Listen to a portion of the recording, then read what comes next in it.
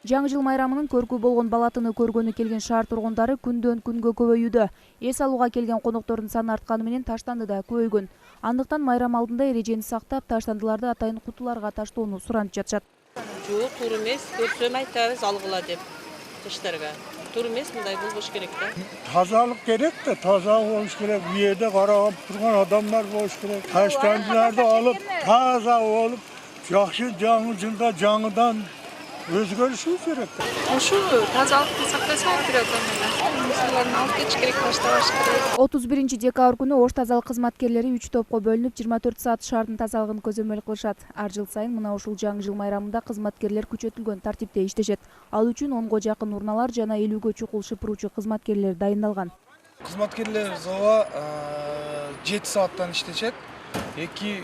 Азыр 3 сменге чейин, эртеңки 3 смен коебуз. Себеби билесиздер, элдер түнү менен майрамдашат, ошого байланыштуу 3 смен коебуз. Ар бир сменге 20дан коебуз. Күнү түн иштешет. Ал эми жылда 31 декабрда Борбордук аянтта ар кандай оюн зооктор жана концерт уюштурулса, быйыл өлкөдөгү эпид кырдаалга байланыштуу эч кандай оюн зооктор уюштурулган эмес.